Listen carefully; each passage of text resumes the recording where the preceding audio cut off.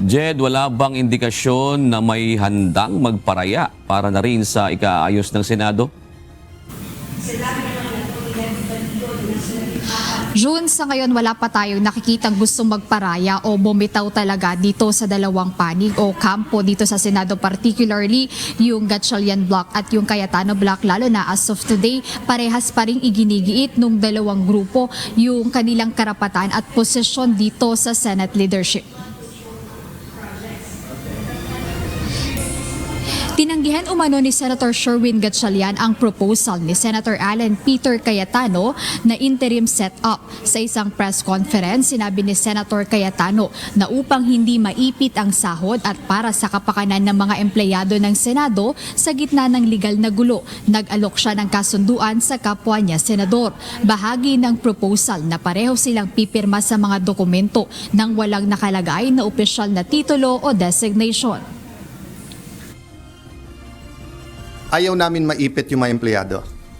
So I sent him a letter to talk with Tony Bantug and nag-offer kami kung gusto ni Senator Win, pareho na lang kami pipirma kahit walang designation.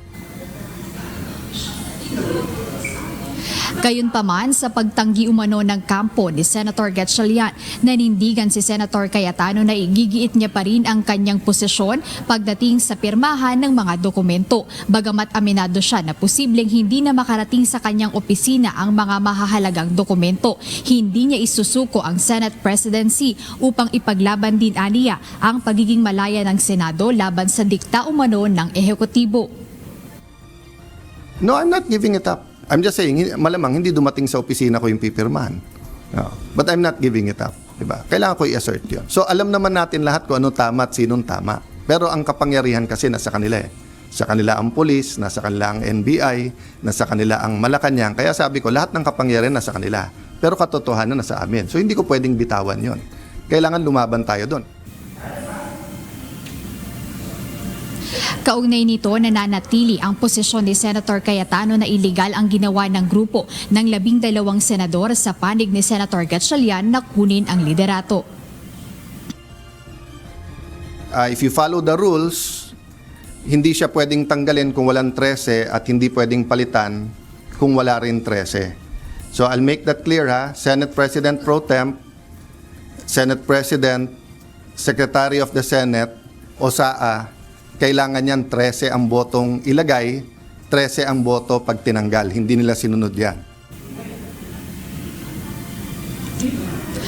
Jude, ang sinasabi ni Senator Cayetano na umano'y tugon ni Senator Gatchalian doon sa kanyang proposal ay kailangan daw i-turn over na ni Senator Cayetano yung mga dapat i-turn over dahil hindi na nga nila kinikilala yung leadership ni Senator Cayetano. Pero as of the moment, wala pa tayong nakukuhang tugon o confirmation mula kay Senator Gatchalian kaugnay dito sa sinasabi nga ng kanyang kapwa senador na si Senator Cayetano. Pero doon sa naunang ambush interview kanina kay Senator Gatchalian, generic yung kanyang naging sagot nang matanong siya kung nag-usap na ba sila ni Senator Cayetano at sinabi niya na bukas naman siyang makipag-usap sa lahat. Pero nabanggit niya doon sa press con niya day after nung change of leadership na kanilang ginawa dito sa Senado ay may plano talaga siyang kausapin yung mga senador o kapwa niya senador na nasa panig ng Cayetano Block. Ito ay upang maayos na o makabalik na sila sa trabaho para mag-unite na nga rin sila at hindi na